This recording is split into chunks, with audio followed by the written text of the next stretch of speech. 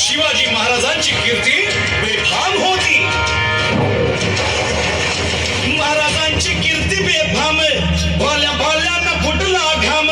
याला कोण घालील यस्सेने, दरबारी कुस्ती बेगम.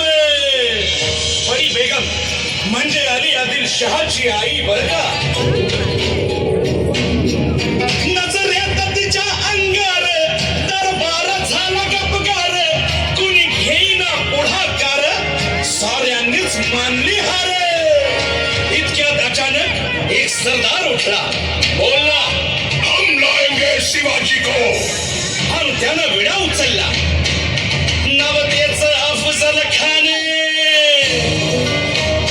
या नवतेच अफजल खान जिता जागता जणू सहिताने. कान बोलला छाती ठोकून, शिवबाला टाकतो चिरडून.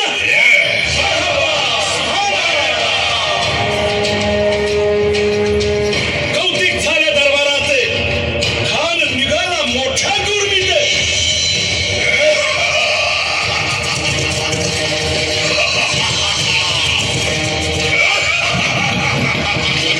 त्याच गोड दळ पायदळ, फौज फाटालाही बक्कळ.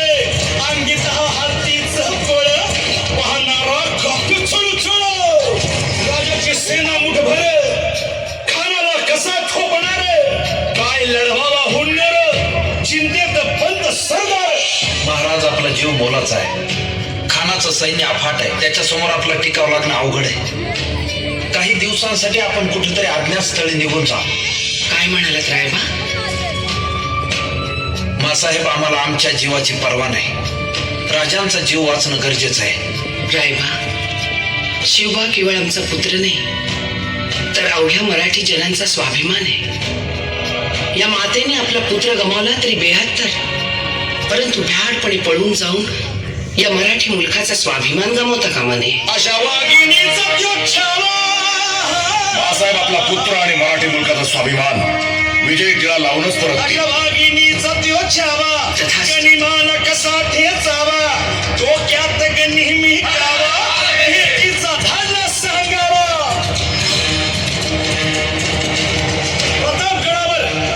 प्रतापगडावर आमने सामने भेटीचा सांगावा. खानानं हसत हसत कबूल केला. दिवस ठरला आणि ठरल्याप्रमाणे प्रतापगडच्या पायथ्याशी खान.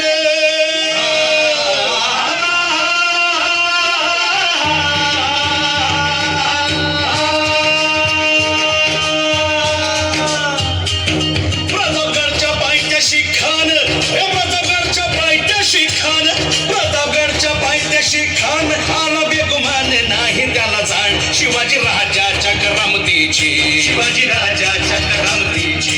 शिवाजी राजाच्या करामतीची. आणि त्यासी नाही जाणीव शक्तीची. त्यासी नाही जाणीव शक्तीची. आणि करील काही कल्पना युक्तीची.